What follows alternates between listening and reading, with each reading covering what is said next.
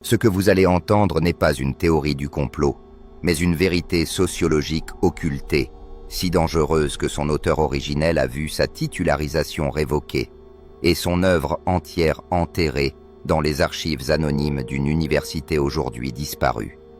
Dans les prochaines minutes, vous comprendrez le scénario invisible qui gouverne la vie de millions d'hommes. Un scénario qui explique pourquoi la femme avec laquelle vous avez construit une vie peut, du jour au lendemain, devenir une étrangère déterminée à tout détruire. À la fin de ce récit, vous posséderez ce que le monde moderne vous refuse, une grille de lecture prédictive qui vous permettra de percevoir la révolte de la matrone non comme un échec personnel, mais comme un schéma historique qui se rejoue à travers elle, vous donnant la clarté nécessaire pour protéger ce que vous avez construit et naviguer dans le chaos avec le calme d'un philosophe. Imaginez un homme que nous appellerons Jacques. Il a 48 ans. Pendant 22 années, il a bâti une vie avec sa femme, Claire. Ils ont 2 enfants, l'un à l'université, l'autre en terminale.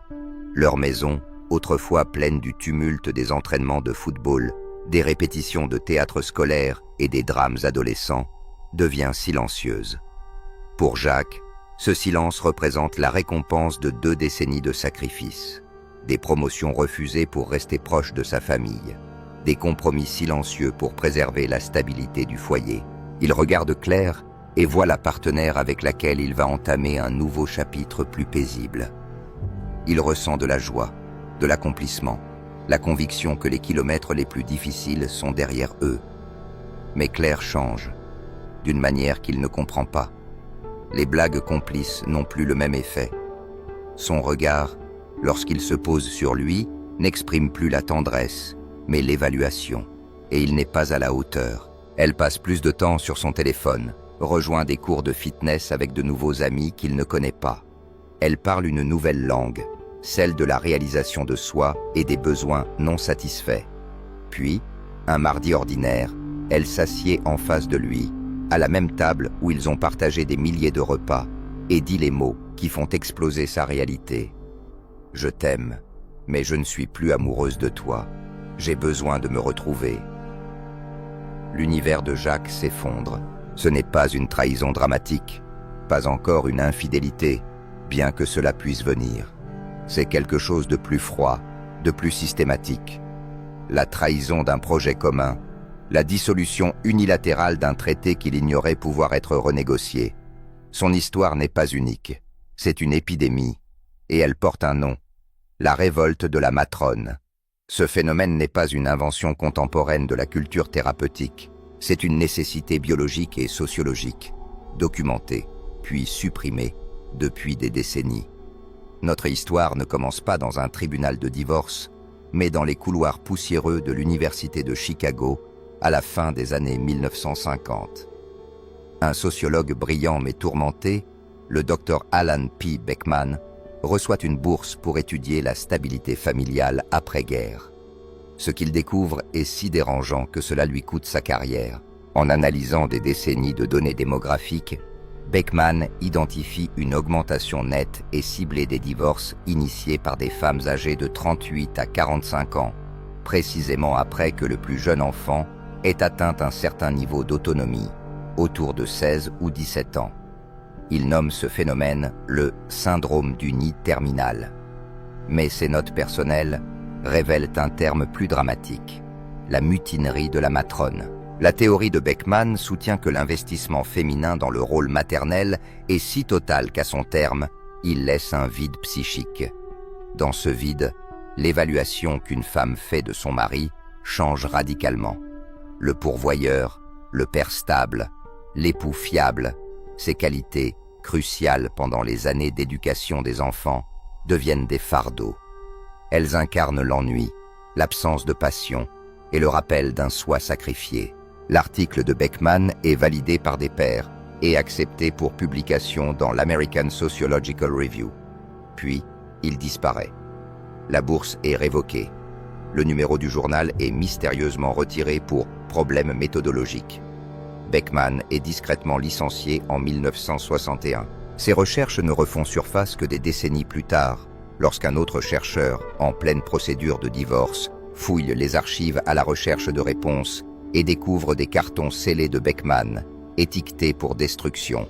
C'est le premier fil d'un vaste tissu. Pour comprendre la révolte, il faut d'abord comprendre la prison. Le paradigme de loyauté féminine, pendant la première moitié de sa vie, n'est pas envers un homme, mais envers le projet du nid. C'est une pulsion biologique profondément ancrée. Pensez à l'effort physiologique et psychologique immense requis pour concevoir, mettre au monde, puis élever un nourrisson jusqu'à l'âge adulte. Pendant 20 ans, l'identité d'une femme est absorbée par ce projet. Son choix de partenaire est, à un niveau primal, une sélection du meilleur géniteur et soutien matériel possible. Il est la pierre angulaire du nid. Pendant ces années, son utilité est évidente, et la loyauté féminine au projet garantit une alliance fonctionnelle, sinon passionnée. C'est la période de la fiabilité, du but partagé, de la joie de construire ensemble. Mais que se passe-t-il lorsque le projet est terminé? Lorsque le dernier oisillon teste ses ailes, la pierre angulaire du nid devient alors une simple pierre, un meuble. C'est le moment du grand basculement. La loyauté autrefois investie dans le projet, et donc dans son architecte principal, doit désormais se redéployer. Et dans notre monde moderne, ce nouvel objet de loyauté est presque toujours le soi. Regardons les données brutes que Beckman avait entrevues et que les statistiques contemporaines confirment brutalement. Selon une étude marquante de 2015 du National Center for Family and Marriage Research, le taux de divorce chez les couples de plus de 50 ans a doublé depuis 1990, alors que le taux général de divorce a décliné. C'est la révolution des divorces gris. Et qui les initie? Dans 66% des cas, c'est la femme. Réfléchissez-y.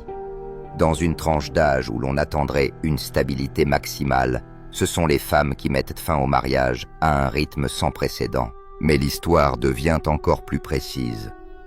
La docteure Susan L. Brown, co-auteure de l'étude, note que le point de bascule est étroitement lié au départ des enfants. Le nid se vide et les fondations se fissurent. Ce n'est pas une affaire d'hommes qui quittent leur femme pour une jeune assistante. C'est un phénomène porté par les femmes. Une rupture calculée, souvent froide, d'un contrat qu'elles considèrent désormais comme expiré. Le langage utilisé dans ces divorces en dit long.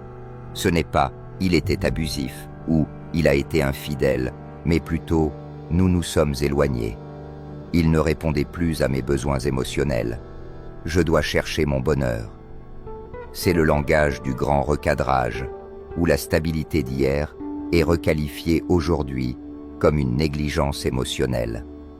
La dévotion passée de l'homme envers sa famille, sa constance, son sérieux, tout cela est désormais perçu comme une cage dorée. L'homme qui travaillait sans relâche, qui réparait les choses sans qu'on le lui demande, qui payait les factures et organisait les vacances familiales, est devenu, dans cette nouvelle lecture, l'incarnation de l'ennui, du manque de passion, du sacrifice inutile.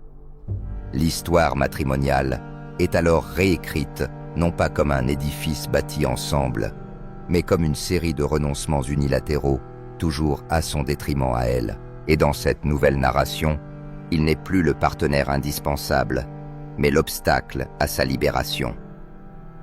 L'histoire regorge de précédents, souvent invisibles à l'œil nu, jusqu'à ce qu'on sache où regarder.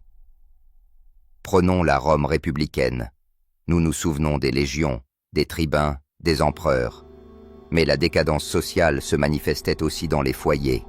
Tacite, dans ses annales, déplore le déclin de la matrona, cette figure vénérée de la femme romaine. Au siècle de notre ère, avec un empire prospère et sécurisé, une tendance nouvelle émerge. Les femmes aristocrates quittent leurs maris vieillissants non pas pour d'autres hommes, mais pour leur indépendance. Elles prenaient leur dot, vivaient seules, finançaient les arts, fréquentaient les cercles philosophiques. Sénèque le jeune, stoïcien et observateur lucide de son temps, écrivait avec sévérité sur ces femmes qui préféraient la libertas au devoir, la liberté à la loyauté. Le nid romain, vidé de sa fonction traditionnelle, ne retenait plus les matrones. Elles se révoltaient. Avançons jusqu'à l'Angleterre victorienne. L'archétype de l'ange du foyer était une camisole culturelle, destinée à canaliser cette même énergie. Mais quand les enfants devenaient adultes, la transformation surgissait. Certaines devenaient spirites, d'autres s'engageaient dans le suffrage. D'autres encore, comme Lady Caroline Norton, utilisaient leur intelligence vive pour démanteler le système juridique même que leur mari représentait. Caroline, malheureuse en mariage, consacra les années post-maternelles de sa vie non à son époux, mais à la réforme du droit anglais, militante farouche pour les droits des femmes mariées. Son allégeance changea, de la cellule familiale à la cause du soi féminin. Ces femmes ne sont pas des anomalies, elles sont les illustrations historiques d'un cycle ancestral, la révolte de la matrone. Et ce cycle se perpétue aujourd'hui dans les cuisines modernes et les cabinets de thérapie. Laissez-moi vous raconter une autre histoire, celle de Robert, historien lui-même. Sa femme, après 25 années de mariage, l'a quitté. Ce n'était pas après une dispute, c'était durant des vacances, leur première escapade en amoureux depuis le départ du dernier enfant pour l'université. Ils étaient dans une ville côtière italienne. Robert, fasciné par l'histoire, parlait avec enthousiasme de l'architecture antique, du passé vibrant de la région. Il s'est tourné vers elle pour partager ce moment, et il a vu, sur son visage, un masque d'ennui profond. Elle a alors murmuré, d'un ton las, presque accablé. « C'est donc ça ? C'est pour ça qu'on a travaillé toute notre vie, pour finir à regarder de vieilles pierres ensemble. » Ce fut pour Robert un choc brutal. La femme qui jadis passait des nuits à rêver à ses côtés, qui avait construit une famille avec lui, considérait désormais leur œuvre commune comme une erreur. Ce n'étaient plus des souvenirs partagés, mais des chaînes invisibles. Elle ne voyait pas la beauté des ruines, mais les ruines de sa jeunesse, et elle le tenait pour responsable. Elle était déjà partie, en esprit. Son allégeance s'était déplacée vers un futur fantasmé, une version d'elle-même libérée de sa présence. Ce schéma est universel. Il se manifeste d'abord silencieusement, une loyauté qui s'érode, les petits plaisirs familiaux, les anniversaires, Noël, les routines domestiques, perdent leur éclat. Un désir grandissant d'explorer une vie perçue comme manquée. Elle investit dans son développement personnel avec une intensité inconnue de celui qui l'a connue comme épouse et mère. Les abonnements au yoga, les retraites de bien-être, les cercles de femmes, les séances thérapeutiques centrées exclusivement sur ses traumatismes, ses désirs, son parcours. C'est l'infrastructure d'une nouvelle loyauté.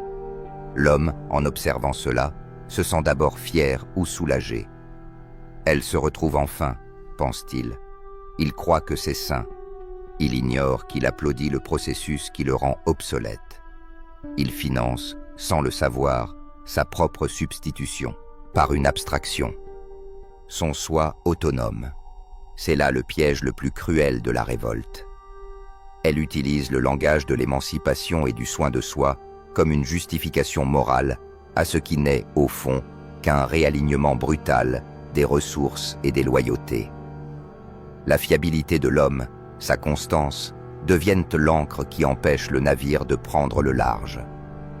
Et que fait-on d'une ancre quand on veut fuir? On la coupe. Mais alors, quelle est la racine de tout cela? Est-ce que de la légèreté, une forme de folie passagère? Non. Le fondement est plus terrifiant. Il réside dans une vérité biologique et psychologique. Les psychologues évolutionnistes parlent de zèle périménopausique. À mesure que les années fertiles s'estompent, un basculement profond se produit. L'impulsion hormonale qui poussait à la maternité, à la loyauté familiale, se tarit. À sa place émerge une poussée d'énergie androgénique, un désir d'autonomie, de pouvoir personnel, une quête de sens définie par ses propres termes et non plus par les besoins des autres. Ce n'est pas une pathologie, C'est une transition biologique aussi marquante que la puberté. Le problème, c'est que notre société moderne n'offre aucun espace sain pour accueillir cette énergie. Il n'y a ni rite de passage, ni rôle social valorisé pour la femme post-maternelle. Elle se retrouve face à un vide. Et dans ce vide s'engouffre une culture toxique qui lui murmure que son bonheur est le bien moral suprême, et que toute contrainte à ce bonheur, surtout un mari symbolisant la vie d'avant, est une forme d'oppression. C'est l'étincelle qui déclenche la révolte. Le choc que ressent l'homme est celui d'être évalué selon une nouvelle échelle impitoyable. Le pourvoyeur n'est plus requis. Le père a accompli sa tâche. Et maintenant, si sa seule réponse est « je suis son mari », alors il se tient sur une glace très très mince. C'est le tableau le plus sombre, le diagnostic du mal, les précédents historiques, les données froides, les mécanismes psychologiques. Nous avons contemplé le gouffre. Nous avons vu Jacques à sa table de cuisine, Robert face à des ruines italiennes, les notes enterrées du docteur Beckman. Ce que vous ressentez, ou craignez de ressentir, n'est pas un échec personnel. C'est une tempête prévisible, une tempête archétypale. Mais la connaissance de la tempête n'est que le premier pas. La vraie question, celle que tout homme se pose avec un mélange de peur et d'espoir, c'est « est-ce inévitable ?» Et sinon, comment l'arrêter? Comment fortifier sa vie face à l'ouragan à venir? La réponse ne se trouve ni dans le contrôle, ni dans les supplications, ni dans le fait de redoubler d'efforts pour être un meilleur pourvoyeur. La solution réside dans une transformation radicale et philosophique de votre identité et de votre vision du monde.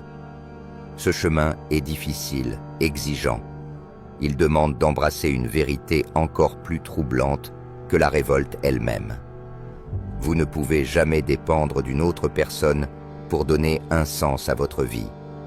Il faut devenir l'œil de l'ouragan, le centre calme, immuable, autour duquel la tempête peut tourner sans jamais vous briser. Pour incarner cet œil, vous devez d'abord détruire l'homme que vous êtes devenu. Pendant des années, vous vous êtes défini par une trinité, pourvoyeur, père, mari. Ce sont des rôles contingents. Votre valeur en tant que pourvoyeur dépend de l'économie et de votre santé.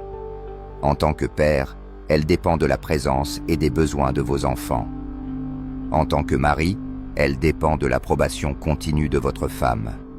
La révolte est justement la révocation de cette approbation. Quand ces validations externes s'effondrent, que reste-t-il? Pour la majorité des hommes, le vide. C'est ce vide que la tempête vient remplir de désespoir.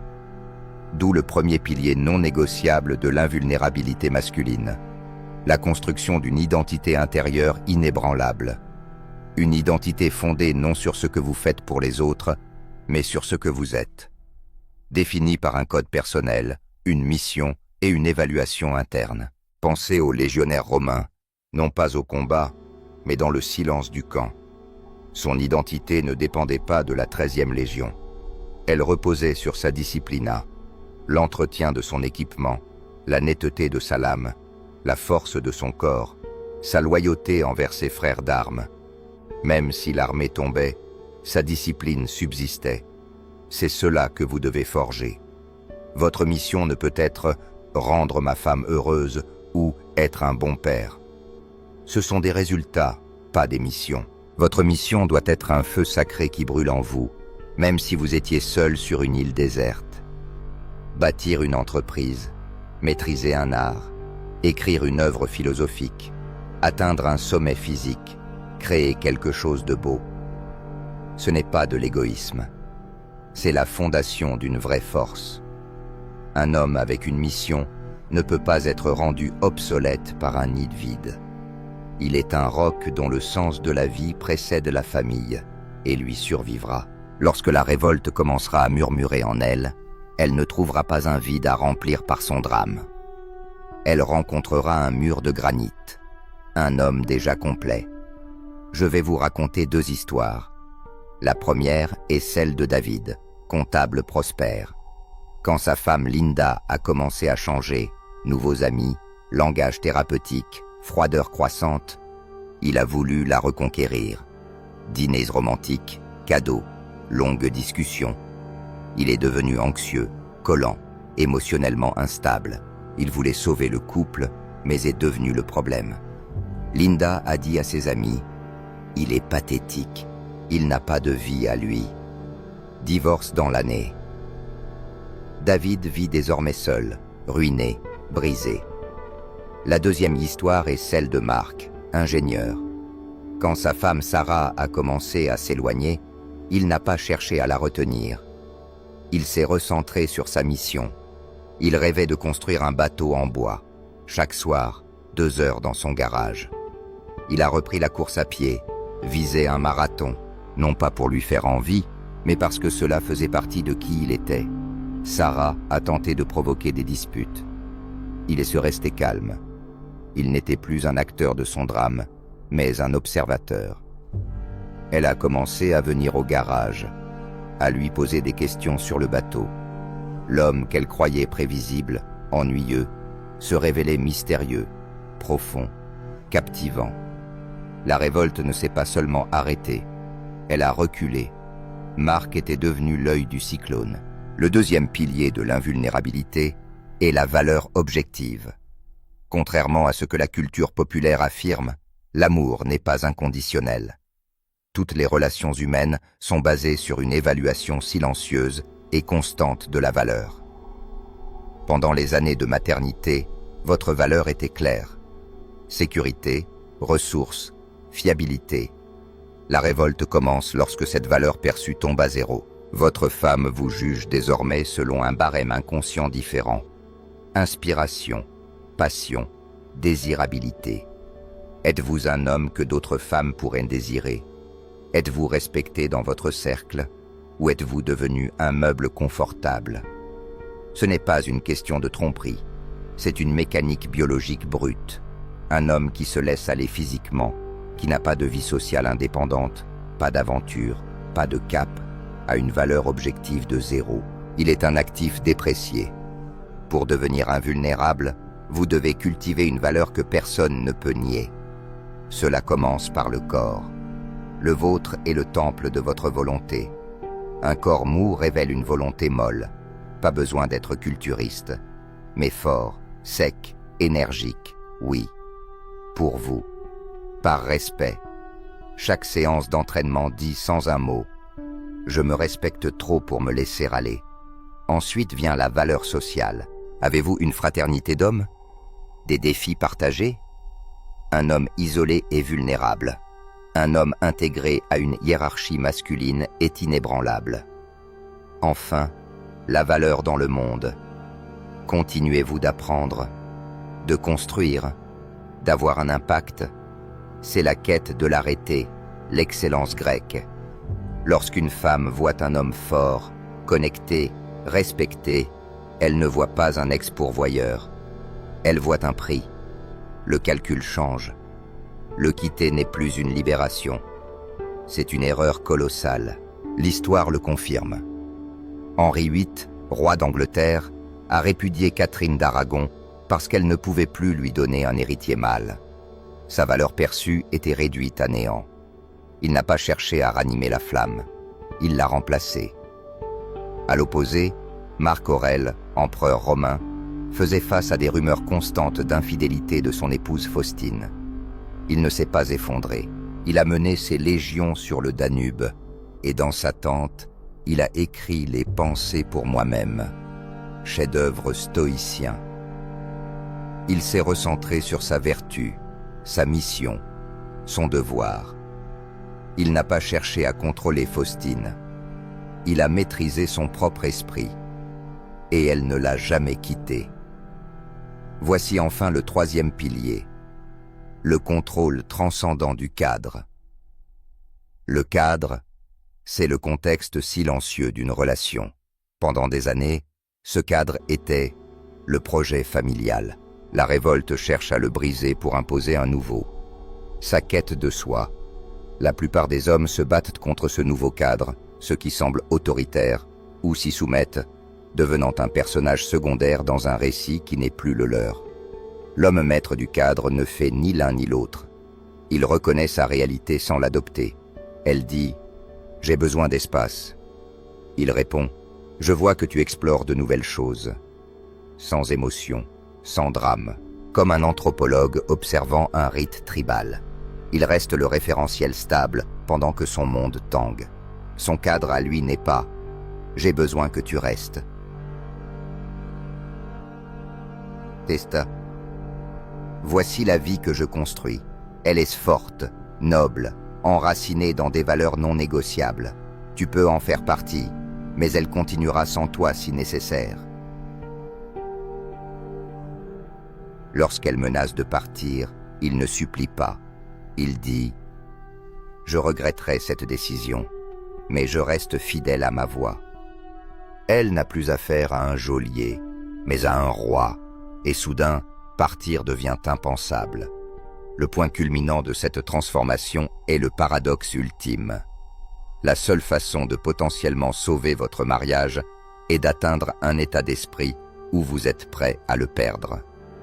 Voilà le cœur philosophique de cette vérité noire. Votre bonheur, votre valeur, votre mission ne peuvent plus dépendre de l'état émotionnel de quelqu'un d'autre. Lorsque vous avez une identité solide, une valeur objective élevée, un cadre inébranlable, vous êtes invulnérable. La révolte, si elle survient, se brisera contre vous comme les vagues sur une falaise. Vous ne serez plus un homme réactif, mais un repère. Plus un reflet de son chaos, mais une alternative. Un phare, pas une épave. Cette transformation sera la chose la plus dure que vous ayez jamais entreprise. Elle exige le sacrifice de la vie confortable, passive, et l'adoption du chemin exigeant du guerrier philosophe. Celui qu'ont suivi les stoïciens, les samouraïs, les chevaliers, guidés par un code plus grand que leur propre cœur. La joie que vous trouverez ne sera plus celle, fragile, de l'approbation extérieure, mais celle, durable, de la maîtrise de soi. Votre fiabilité ne sera plus celle d'un employé obéissant, mais celle d'une force de la nature. Et votre inspiration ne sera plus un souvenir du passé, mais le souffle d'un homme pleinement accompli. La révolte de la matrone est une épreuve. La plupart échoueront et leurs vies seront réduites. Mais quelques-uns, les rares courageux qui regarderont la tempête non avec peur, mais avec détermination, forgeront, dans cette tourmente, une vie inébranlable, puissante et libre.